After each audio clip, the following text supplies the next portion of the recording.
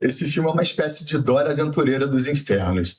Eu sei que tem muito filme de terror aí que tenta te chocar, te dar susto, contar uma boa história, mas esse em específico é um filme que você se sente como parte do meio. A mulher simplesmente pede para você memorizar lá um símbolo e ficar recitando uma oração e você não sabe se está sendo amaldiçoado ou abençoado. O filme que eu vou falar hoje é Marcas da Maldição, de 2022, dirigido por Kevin Ko, e foi um dos maiores sucessos, foi o maior sucesso de bilheteria de filme assim da história na época. Mas o que é mais perturbador nesse filme não é a história. A história é boa, ela realmente mexe contigo, mas o lance é esse Dora Aventureira do Inferno que eu falei no começo, porque ele literalmente brinca com quem está assistindo. Eu tenho que parar de falar literalmente. Eu não posso falar literalmente, porque o filme não vai ficar brincando com você nem jogando Overwatch contigo. Então, não é literalmente, mas vocês entenderam. O filme conta a história de Ruonan, acho que é assim que se fala, ou talvez Ruonan, não, Ruonan. Ok. Essa mulher, ela afirma que ela quebrou o tabu, quebrou um tabu.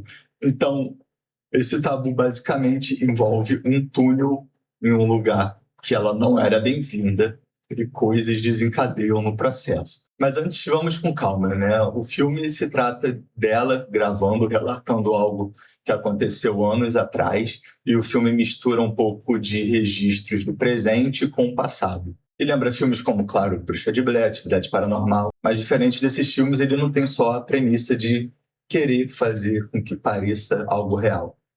Ele quer se tornar parte do filme. Nesses fragmentos das gravações mostram vídeos de 6 anos atrás, onde ela e alguns amigos, dois, né, precisamente, invadem um ritual religioso num local claramente, né, isolado. E a partir desse momento ela vai quebrar o tabu. Não é piada, é porque ela realmente fala de quebrar o tabu.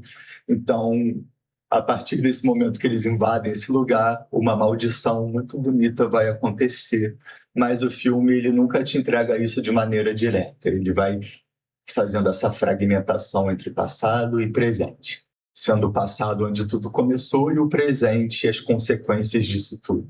No presente, a gente tem a história de Ronan, que está tentando reconstruir a sua vida após ela ter ficado sem poder ver a filha, né? Ela estava no orfanato.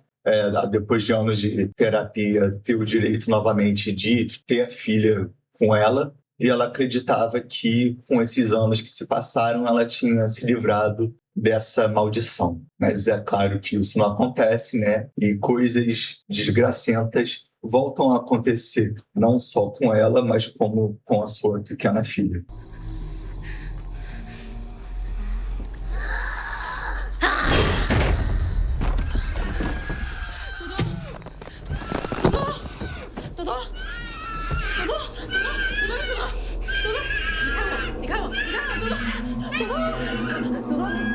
E aqui a gente tem aquele combozinho da desgraça, né? Objetos se movendo, comportamentos estranhos acontecendo com elas, mas mesmo sendo um pouco do mais do mesmo, eu não sei, cara, o pessoal da Ásia, eles conseguem fazer até o trivial ser algo realmente legal, sabe? Eu não sei explicar. É diferente, eles conseguem transmitir uma vibe de terror mais densa, é tudo mais esquisito, no sentido bom da palavra. E talvez isso daí se trata da forma que o filme resolve narrar. Por exemplo, eu tô aqui gravando o vídeo falando com você e ela tá lá falando com a gente, numa espécie de desabafo, de pedido de ajuda. A protagonista ela fica conversando diretamente contigo em alguns momentos do filme. Ela pede ajuda olhando na câmera, pede para que você memorize alguns símbolos e repita algumas palavras. No caso, eu não repeti, né? Assim, vai que. E também eu estava vendo o filme em mandarim, então mesmo que eu quisesse, eu não ia conseguir. Então, eu me sentia a salvo nisso daí, pelo menos. A maldição não iria me alcançar. Eu não devia ter falado isso. E o filme começa a te deixar um pouco inquieto, um pouco aflito, talvez, porque em determinado momento você passa a perceber que você não está deitado ou sentado confortavelmente assistindo o filme. Você sente que está sendo convocado por ela e está fazendo parte daquilo ali. Se ela está fazendo algo bom, se aquela oração lá que você está repetindo e tá ecoando através da sua caixa de som no filme. Você não sabe se você está abençoando sua casa, se você está desgraçando sua vida mesmo sem estar falando nada. Mas sei lá, eu achei muito legal esse recurso que eles fizeram. A câmera, ela nunca aparece como uma ferramenta de gravação, mas ela também é parte dessa maldição toda. Opinião pessoal, eu achei um pouco mal explicado o lance da câmera nos momentos que fala do presente. Tem momentos de muita, sei lá, desgraça acontecendo ali, momentos que eu não vou entrar em detalhes agora, que eu achei que não justificava ela estar filmando de forma tão quase que amador barra profissional, com uma câmera. Tudo bem, a câmera ela já tinha, mas uma iluminação na câmera, algo bem enquadrado em momentos que, por exemplo, a criança está usando a câmera e ela consegue fazer um enquadramento ali quase que perfeito e não justifica a criança estar pegando a câmera, mas talvez seja só uma opinião minha, às vezes eu não interpretei algo direito, mas é isso. Mas o filme ele é todo fragmentado, né? Então ele funciona como uma espécie de quebra-cabeça. Você inicialmente não entende o que são aquelas entidades, mas ela vai jogando algumas informações ao longo do filme. O que realmente aconteceu nesse ritual, por que a maldição parece se espalhar, isso tudo vai sendo dito, mas você tem que assistir com calma. Mas isso daí não é feito de forma arrastada não, tá? Esse slow burning, essa entrega lenta, assim, constante, vai te envolvendo no filme, de verdade. Eu demorei muito para assistir esse filme, não sei por quê. Mas eu acho que eu estava com o cérebro meio derretido de TikTok, então não estava tendo muita paciência.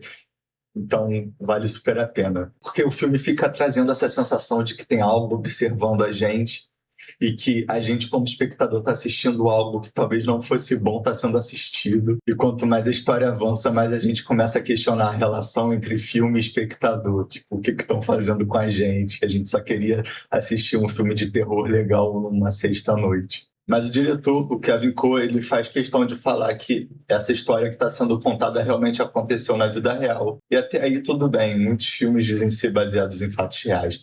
Porque na época houve uma família de 6 pessoas em Taiwan que diziam estar sendo possuídas por entidades malignas ligadas ao folclore chinês.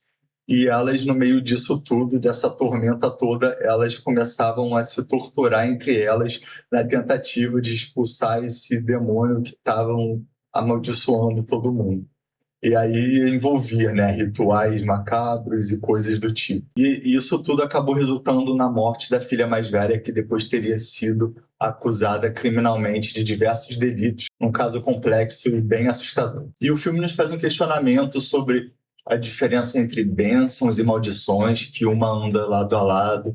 O filme tenta fazer uma brincadeira com a gente ali, mostrando uma imagem de roda gigante, de metrô, e que dependendo da forma que você assiste aquilo, o metrô pode estar indo para frente ou para trás, e que baseado nas nossas intenções, a gente pode mudar o sentido das coisas em nossa volta. E aqui eu sei que eu já falei bastante, mas agora eu quero falar o pulo do gato do filme. Eu vou entrar em um pouco de spoiler, um pouco não, muito, então considere se inscrever aqui antes de sair, caso você ainda não tenha visto o filme ou se incomode com spoiler. Lembra que no começo eu falei que ela pede para a gente memorizar símbolos, recitar orações e coisas do tipo para ajudá-la? Bom, a gente realmente está ajudando ela, ajudando a espalhar todo esse mal, toda essa maldição na tentativa de salvar a filha dela, mas no processo a gente vai se ferrar junto, porque na verdade essa oração é um mantra maligno que vai fazer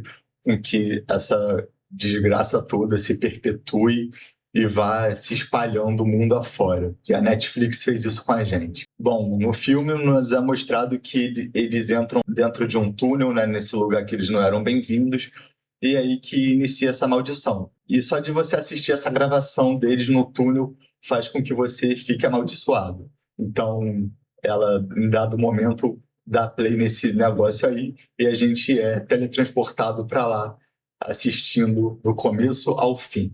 E lá tem uma imagem da mãe Buda, que é responsável por todo esse mal que está acontecendo. Essa mãe Buda é peça central do filme, né? Nos é apresentado como uma estátua de uma figura ritualística até então, mas ela é parte central de toda essa desgraça, porque ela é representação de todo esse mal coletivo que vai assombrando cada um de nós ao longo do filme. Ela é como se fosse a personificação de todo esse mal que originou esses rituais. Lembrando que todos esses rituais e crenças têm poder no mundo. Lembrando que todas as intenções e crenças têm consequências reais no mundo. Mas para aprofundar mais nisso, é bom ver o filme, entender, porque ele não entrega tudo de mão beijada, é difícil de ficar explicando parte por parte, porque está tudo lá no filme, vale a pena ser assistido. Bom, você viu até aqui, muito obrigado. Considere se inscrever no canal, por favor. Isso fortalece muito aqui, para mim que está começando.